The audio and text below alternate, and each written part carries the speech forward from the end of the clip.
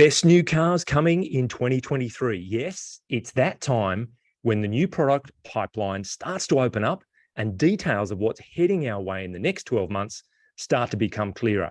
Welcome, I'm CarsGuide Deputy Editor James Cleary, and joining me on the podcast panel to look at the most significant pieces of fresh metal scheduled to arrive in Australia sooner rather than later are Adventure Editor Marcus Crafty.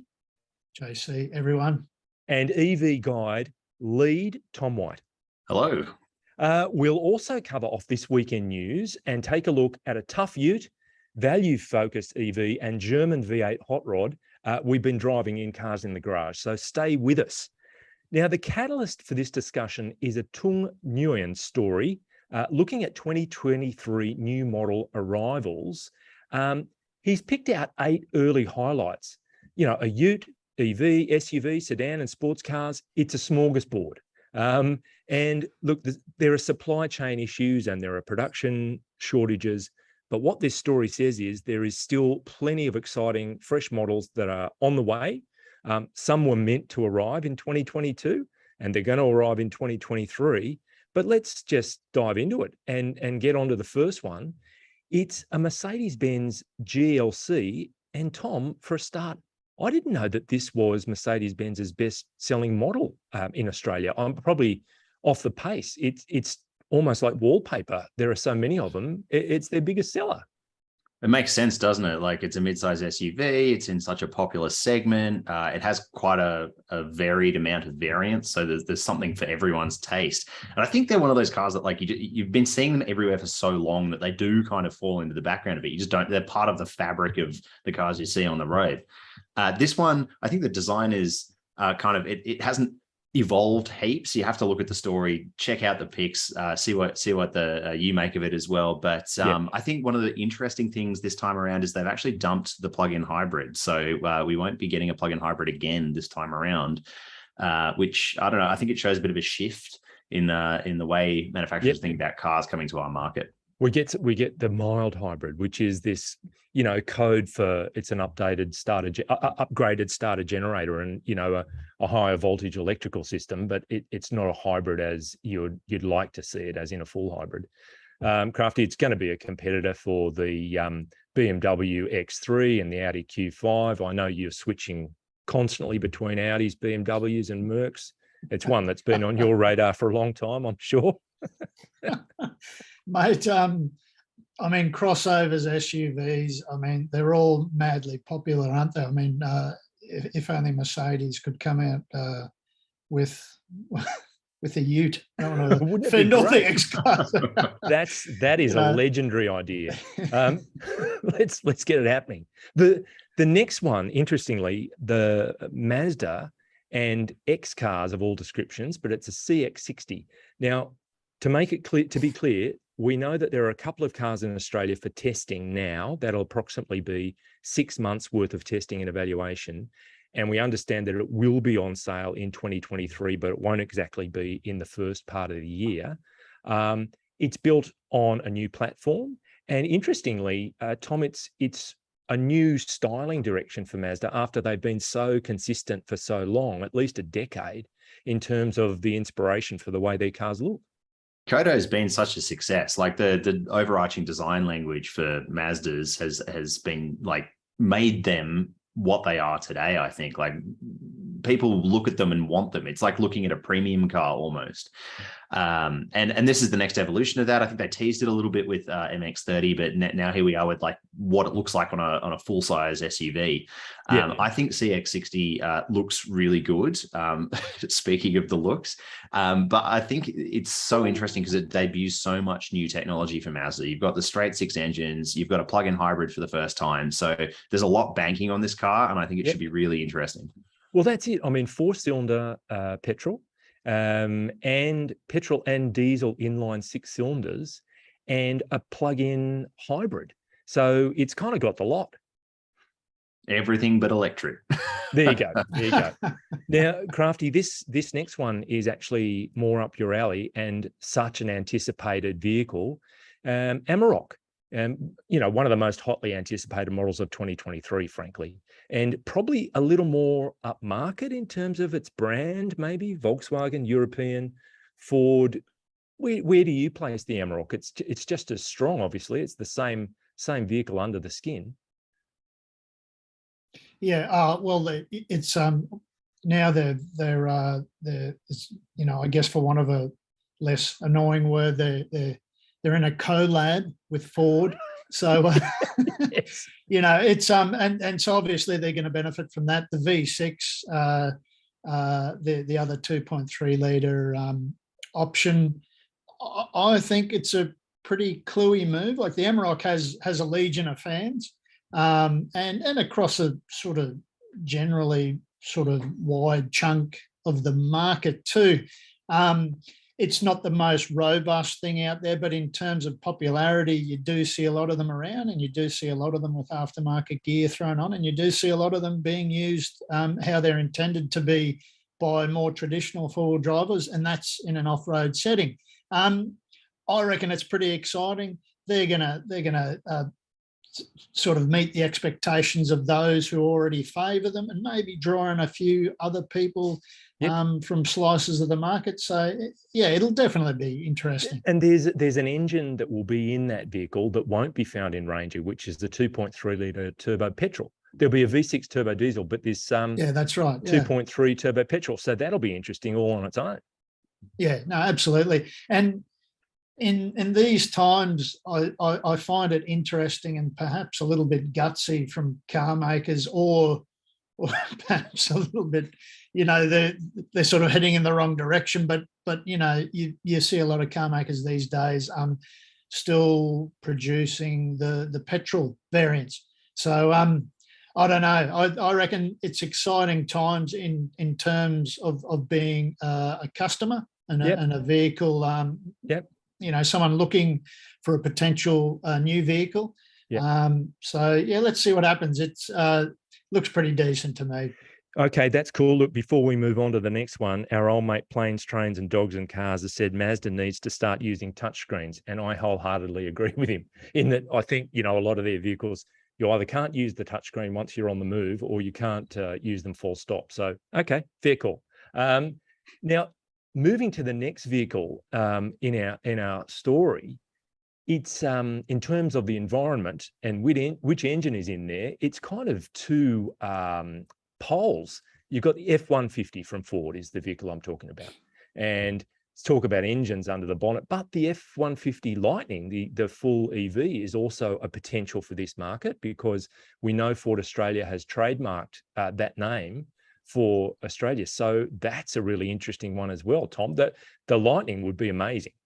The Lightning would be amazing, because one of the issues that I think a lot of people are running into with electric vehicles right now is there aren't electric vehicles to suit their needs. So yeah, you can have a small SUV or a hatch or what have you, but those kind of enthusiast market or niche market things, like having a 4x4 or a Ute, it's so poorly served right now. And a car like the F-150 shows that A, it can be done, B, people want it, and C, it looks great. It's not just that it's an electric version of the F-150. It does amazing things. Like you can power all sorts of things. It's got a frunk. It's hugely powerful. I think it's quite exciting. I don't think we're going to be seeing it for a long time, though. I know they've trademarked the name, but they can't build enough of them to even meet demand in its home market of America. Yeah, that's a good point. And Crafty, we're due to see it in mid-2023. So that's the combustion versions of F-150. It's going to have a price tag cresting $100,000, leaving that behind. It'll be locally converted. But it's going to give the Ram and the Chevrolet Silverado a run for its money, don't you think? Yeah, absolutely, mate. And any news of a new F truck is great news, in my opinion. Like, it can only be exciting. I agree with Tom that Lightning needs to get here, and it needs to get here soon. And I think that's really going to, once there is a viable EV alternative for Ute buyers, I just think the floodgates are going to open, and that sort of stuff is really exciting, because that will mean other car makers will come up with competitive technology and systems, mechanical systems built around it, and battery platforms and that sort of thing. It can only be good for all of us. So, well, and it's a more realistic option when you think about Tesla's Cybertruck being for people who want to survive Armageddon. Notwithstanding the fact that we made a podcast just recently about how these things are too bloody big for Australian roads. We at the same time, we're not saying there won't be a market for it. I think there'll be demand for it. That market is growing seemingly daily for those big utes. It's crazy. Exactly. I think the demand for an EV, like a viable EV, is boiling over. Like, people are ready for something. People are ready for something good. So hopefully we get something. So, well, that is a perfect segue, because the next car on the list, we've all been pretty excited about the Hyundai Ioniq 5, which is technically an SUV, but to me just looks like an oversized hatchback. And now we've got the Ioniq 6 on its way early in 2023. And Tom, it's a really sleek sedan, and it probably has the Tesla Model 3 in the crosshairs. I'd say so. It's much bigger than a Model 3, though. I think this is more like a Model S kind of territory. Okay. Gotcha. And I think the coolest thing about this is it just goes to show in the electric era, you can sort of break all these design rules. You don't need to do what has been done before. The shapes of cars that we have come to know and understand won't exist in the same way that they have before, because all you have to do is facilitate a battery platform, and you have to make it aerodynamic. But there's no need to accommodate for engines or transmissions or anything like that. No physical hardware that gets in the way of whatever you want to design. And I think this is what this car shows off really well. It's quite a stunning thing. Like, it's behind me here. You might not like it. Go check out the store. I think it's got quite a controversial face, but I think it looks really cool from behind, with the little ducktail spoiler and all that sort of stuff.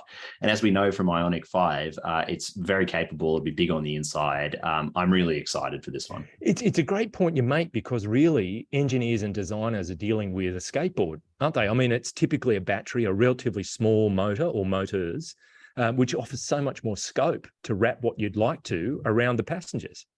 Absolutely. So many exciting opportunities. Yeah, good. All right. Well, look, from the avant-garde to the traditional, the Ford Mustang, the new generation of Ford Mustang. It's late 2023. Not only does it have a petrol V8 engine that doesn't have a turbo attached to it, it's delivering more horsepower than it did before. You can have a manual gearbox that drives the rear wheels. It's a trip, not back to the future, from the future back to the past. But it's proved itself to be hugely popular, and there's a lot of appeal in that, Crafty. Don't you think that it's almost like that band or that niche is narrowing, but there's still a lot of interest within it? Yeah, and there's still top quality product on offer, isn't there? Like, those things. I mean, I think no matter, look, I'm going to fully embrace an EV future when it finally arrives here, but we'll still have room, I hope, for vehicles, such as this. I mean, they are exciting vehicles. They're real driver-focused vehicles, real experience-focused vehicles. I think there's always going to be room for those sort of vehicles, that really inspire people, and they really sort of drum up a lot of passion in people. I hope they don't disappear. So I can see this being, snapped up swiftly. Totally. Look, we've had a comment from a friend in Canada, Marc-Andre Moses. Thank you, Marc-Andre. He says that plug-in hybrid is all about EV-only range, and he thinks that new Prius Corolla, I'm not sure, maybe plug-in or EV Corolla, is said to be 100 kilometres of EV-only range. So that's interesting. Does that ring any bells with you, Tom? Yeah, so I think he's got a point about the EV range thing, because especially in places like Australia, where we have to deal with like sort of challenging geography, you do need more range than you might in Europe, for example. And so a lot of the plug-in hybrids we've been getting so far, they have in that kind of 30 to 50K kind of range, and it's not really enough. And they do tend to charge quite slowly too. So there's a bit of a frustration in using them often around Australia, I find. So when we're starting to get these good. Yeah, 100's good. When we start to get these new generation ones in, I think Range Rover Sport, the electric version of that, is going to have something like 120, 130 kilometers of electric range on top of its combustion components, which is crazy to me. That's more like it, isn't it? And I'm interested to see if that actually changes the dynamic for plug-in hybrids in Australia, because that seems to be a bit of a limiting factor. Yeah. All right. Well, thanks, Marc-Andre. I know we're a big country, Canada, but wherever you are, it's going to be late in the evening, or late-ish. So thank you. Now, next vehicle, speaking of hybrid, it's the Kia Sportage. So, the hybrid word is such a buzzing one at the moment. And the premise that the story puts is that RAV4 was a fairly workaday, popular but not overly exciting thing. Add the word hybrid, and all of a sudden it's the best-selling SUV in the country. So here you go. Kia Sportage is going to have a hybrid in 2023, the second half of the year, Tom. And this is a hybrid without a plug, which has proven to be the most popular kind of hybrid in Australia because it's so convenient. And so that means it's more like a Toyota hybrid. You've got a limited battery size, and, it can drive the wheels electrically partially, but it still needs that support from the motor. I think this one's quite exciting. It's not as fuel efficient as the RAV4, but just by being an alternative, it will be popular because, as we all know, there's a long waiting list for RAV4 right now, and people are looking for anything they can get that ticks that hybrid box with fuel prices the way they are. So I think this one will be a hot seller. Cool. Now, this last one, Crafty, we can get you involved. I think it's a light SUV, but it's one that's been in the Aussie market for a long time. A new CRV, so hugely popular. And we're also going to have, what is it? 5th generation. It is mid-size SUV from Honda, arrive in 2023, but the official word is that they're keeping Tom. They're keeping Tom. They're keeping Tom. They can have him on timing, but it was shown off last year, mid 2022. So it was really instrumental, I think, the CRV in popularising the whole SUV thing. Yeah, no, absolutely. Just scrolling back a bit to the Sportage, though, really quickly, my experience of hybrids is limited, especially compared to someone like Tom. But I have been in a Seltos and a RAV4 in the last 12 months or so, and I'm really impressed with the technology, and they are very exciting. And that range is a thing that people will always have in mind. I think you always have range in mind, even if you're in a petrol or a diesel vehicle and you're remote area touring or something like that. But CRV, this is another sort of quiet achiever. Like, this is a mid-size sort of SUV that may not generate the kind of mad, passionate fan base that something like a Land Cruiser will, but you see a lot of them around, and they're very popular, and they're serviceable, functional sort of vehicles that fit the bill with a lot of people. So I'm sure this will draw a lot of attention as well. And this one's much bigger too. It's become quite enormous, actually. It's like longer and wider than a RAV4 from memory. Sort of Prado-ish in size. I want to say there's a 7-seat version as well, as there was in the last iteration. But anyway, yeah. And as well, it should bring hybrid with it. We don't know a whole lot about drivetrains for right-hand drive yet, but I think the limiting factor for this one will be, like a lot of Hondas, it's going to get expensive. You're right. But it's been something of a mainstay for Honda right through all of its various changes and whatever. The CRV has been there, as the HRV has, or thereabouts. But that's the list. That's the highlights reel in terms of what we're looking for in 2023. And so now we will move to this week in news.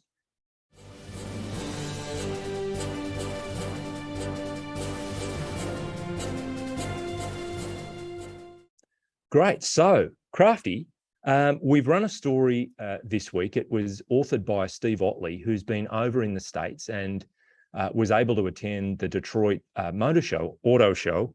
And he was able to draw comment from a very senior Ford person. Can you give us a top line on it? They're kind of excited and very confident about their V6 Everest, having a real crack at the title of sort of big dominant vehicles like the Prado and things like that. I love it when bigwigs from car companies come out and sort of talk up their product, because that's your job, and also if you love your product, then absolutely go for it. I wouldn't be too nervous if I was sitting in a back room at Toyota. Although you got to give Ford credit. I mean, over the last few years, and you guys will have seen this borne out in VFAX figures. Ranger has certainly rattled the cage, rattled the Hilux cage. Everest is one of those vehicles that is doing really well. also. So, it's a great story, and I love Stephen Otley. He always digs deep and takes a real deep dive, and he manages to get the really juicy stuff out of big wigs and officials and that sort of thing. So I reckon people should go give that yarn a read. I like the Everest. It's a good thing, and the new sort of iterations coming through are really impressive. So let's see. Steve Otley tends to skulk in the shadows and then pops right up into the bright light. And then disappears again, and then comes up. I've been camping a few times, and he's popped out of the bushes with a long lens camera, and that's a whole other story. I agree. Now, Tom. Our next piece of news that's been drawing a few clicks is courtesy of your keyboard. So give us a top line on what you've been putting together, kind of what we know so far. It's what we know so far on the Volkswagen ID4. And so this car, I think it's really attracted a lot of hype in the last month or two because it's the next big EV thing, right? Yeah. So we've had BYD Atto 3, that's going to be the cheapest. Then we had ZS EV, also going to be the cheapest.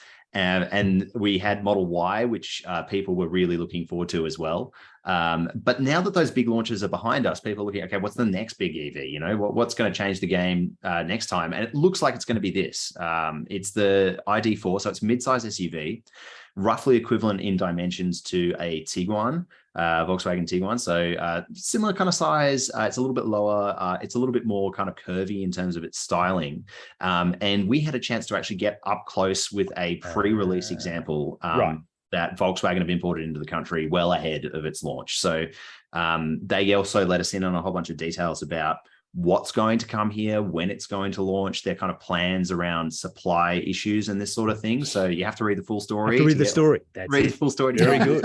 Very good. But there are some juicy ones about how much it should cost, what kind of variants we're looking at and stuff. So I think this car is really exciting, and I think you should give the story a read. Super. Okay, that's great. Well done. Thank you. And look, a third story that I can touch on was one pulled together by our own Tung news editor, Tung, from the Detroit show. And it's a trio that seems to have potential for Australia. If you could just wave a magic wand and get them transposed to right-hand drive as well. He's picked these out. The Chevrolet Colorado ZR2 Desert Boss, which sounds intimidating.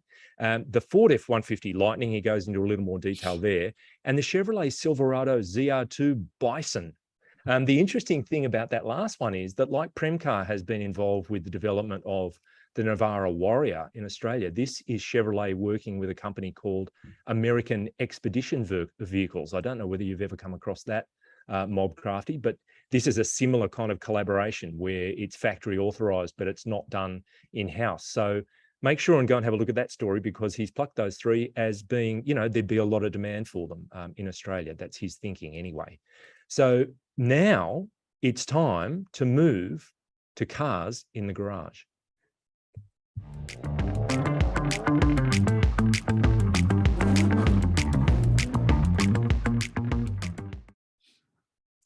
Right, so this is the time when we're talking about vehicles that we've actually been driving, not in theory, in reality.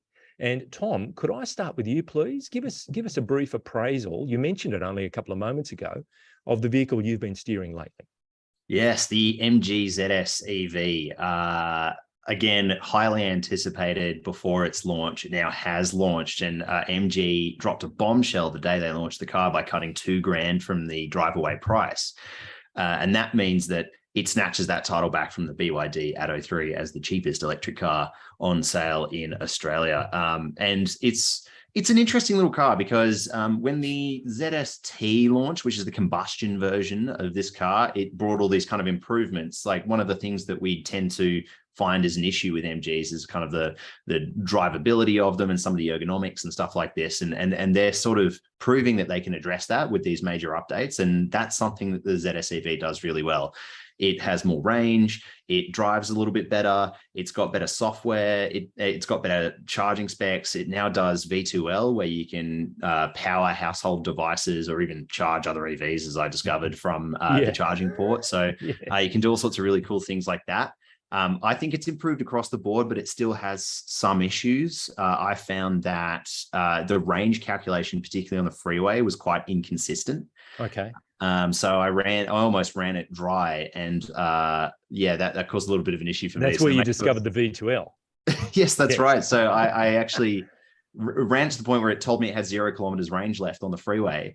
I managed to get off the freeway, pulled over to the side, thought about what I was going to do for a little bit. And then I had my poor girlfriend come and rescue me in my Kia Niro long-termer, and we charged up the MG with my Kia Niro. Fantastic. So we just transferred about 15 Ks across from one car to the other so I could get back to the charger. So it was quite a fun kind of like, this is what the future holds kind of story. That's awesome. Very good. Very good.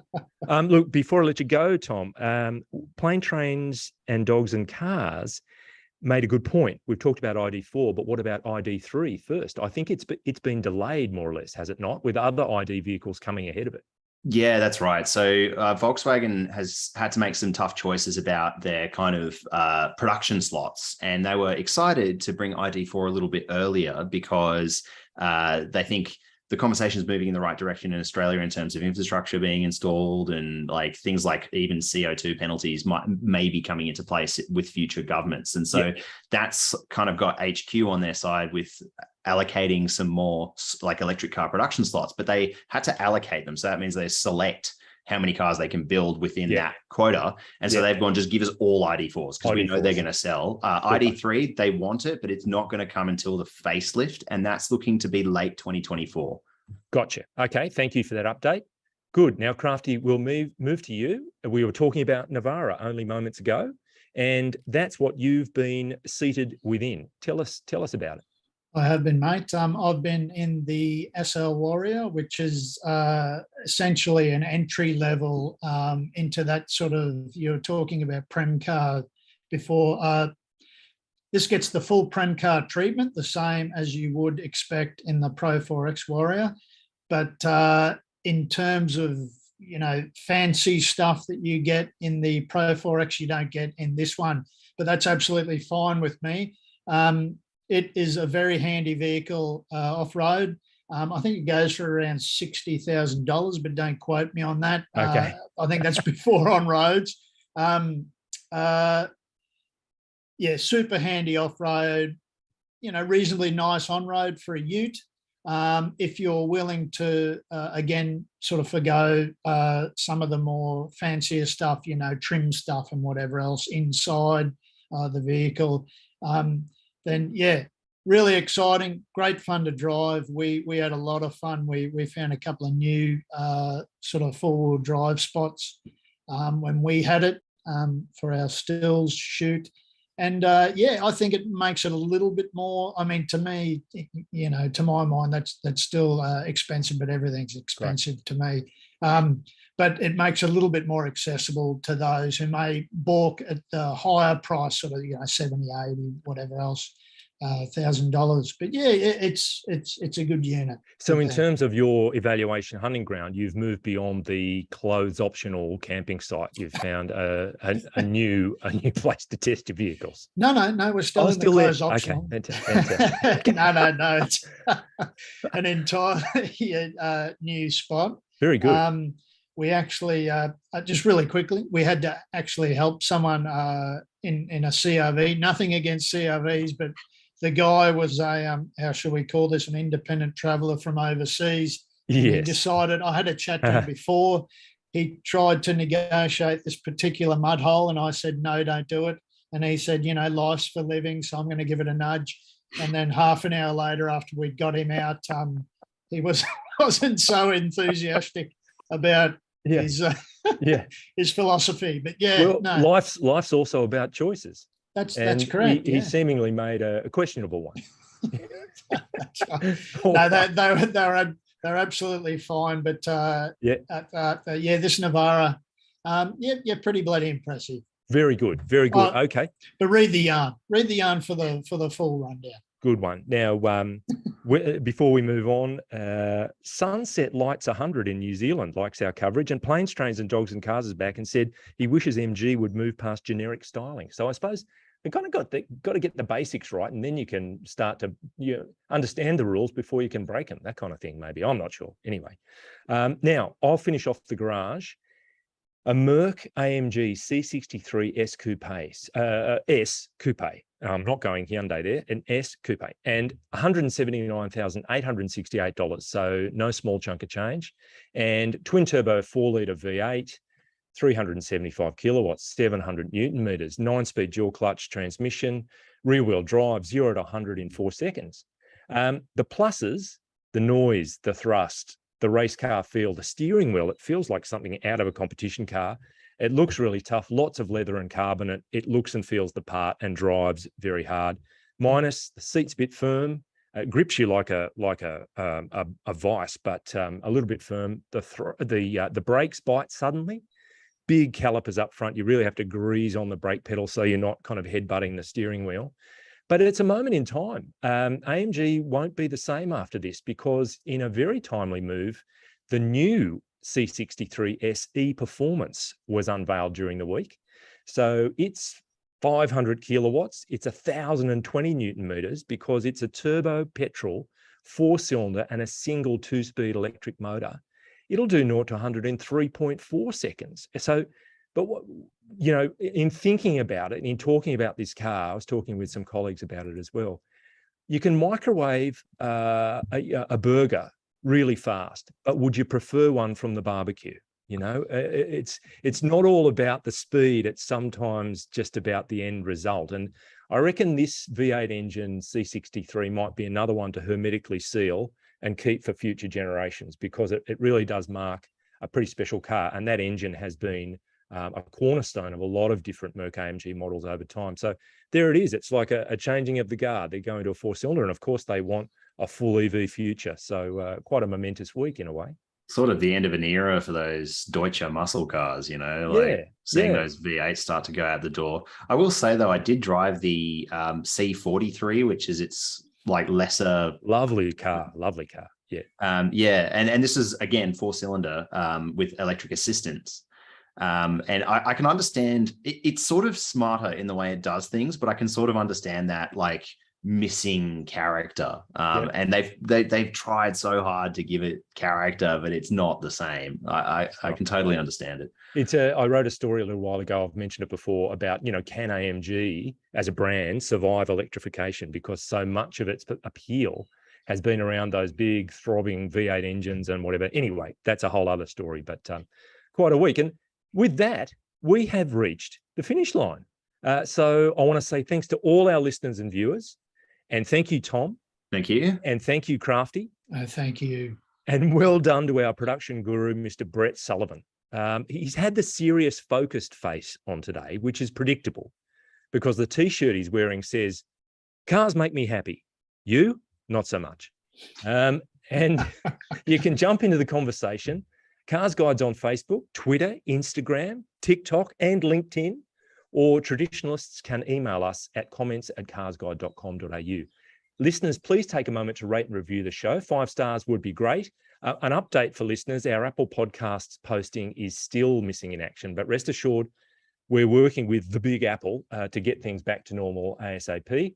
Viewers, if you're watching on YouTube, make sure to subscribe to the Cars Guide channel so you can stay on top of all our latest content.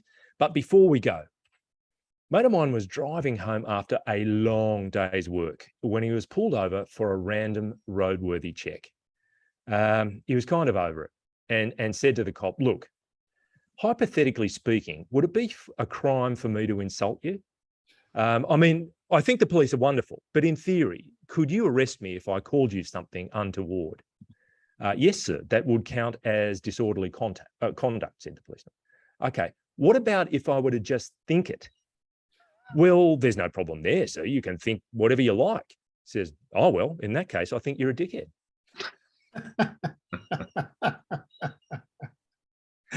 Oh, boy. Hey? Oh, boy, indeed.